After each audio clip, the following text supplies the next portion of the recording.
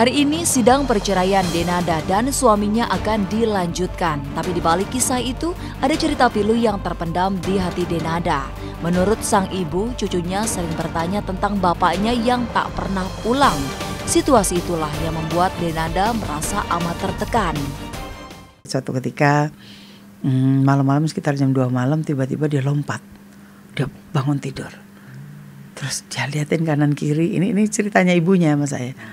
Dia liatin kanan kiri, terus dia kan pasti kan Dena kan bangun juga kan, kenapa sayang gitu kan misalnya, papa mana katanya gitu kayak gitu. Biasanya mereka tidur bertiga gitu. Jadi ibu papa mana katanya gitu. Oh enggak juga, udah ayo tidur sini sama ibu gitu. Dipeluk sama dia tidur lagi. Ini tentu bukan satu situasi yang nyaman buat anak saya gitu ya. Dia jadi walaupun dia kadang-kadang sering ketawa-ketawa gitu bercanda, tapi ya dalam hati siapa yang tahu ya. Karena saya lihat memang badannya susu terus gitu, tambah kurus ya. Ya tapi saya mengerti lah. Ini pasti juga pasti sedikit banyak ini pasti bikin dia juga susah atau sedih gitu kayak gitu ya, biasalah gitu.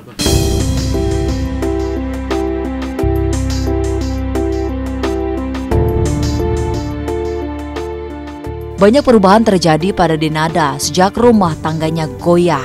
Ia misalnya lebih banyak berada di dalam kamar bersama si kecil, buah cintanya yang masih balita. Menurut Emilia Contessa, anaknya memang lebih banyak mengurung diri di dalam kamar.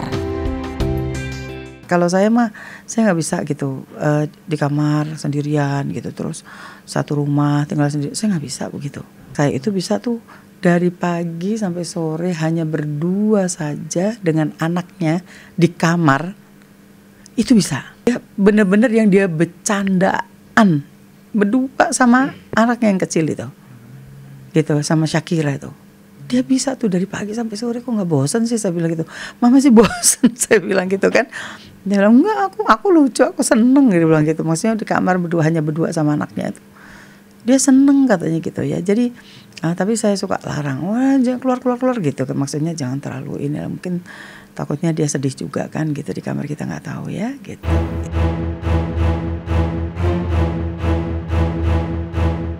Sebagai ibu, Emilia Contessa merasakan kepedihan hati putrinya. Meski memiliki sifat tertutup, Denada rupanya tak bisa menyembunyikan kesedihannya di depan sang ibu.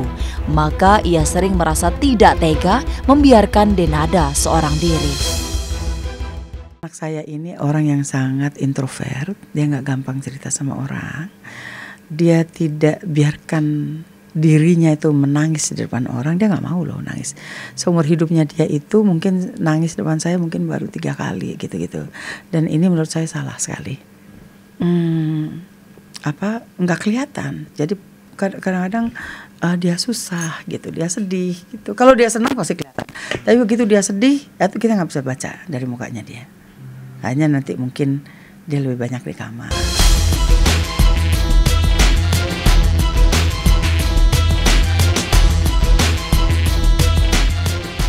Selanjutnya di Cumi Camp, Mama Dedeh minta maaf.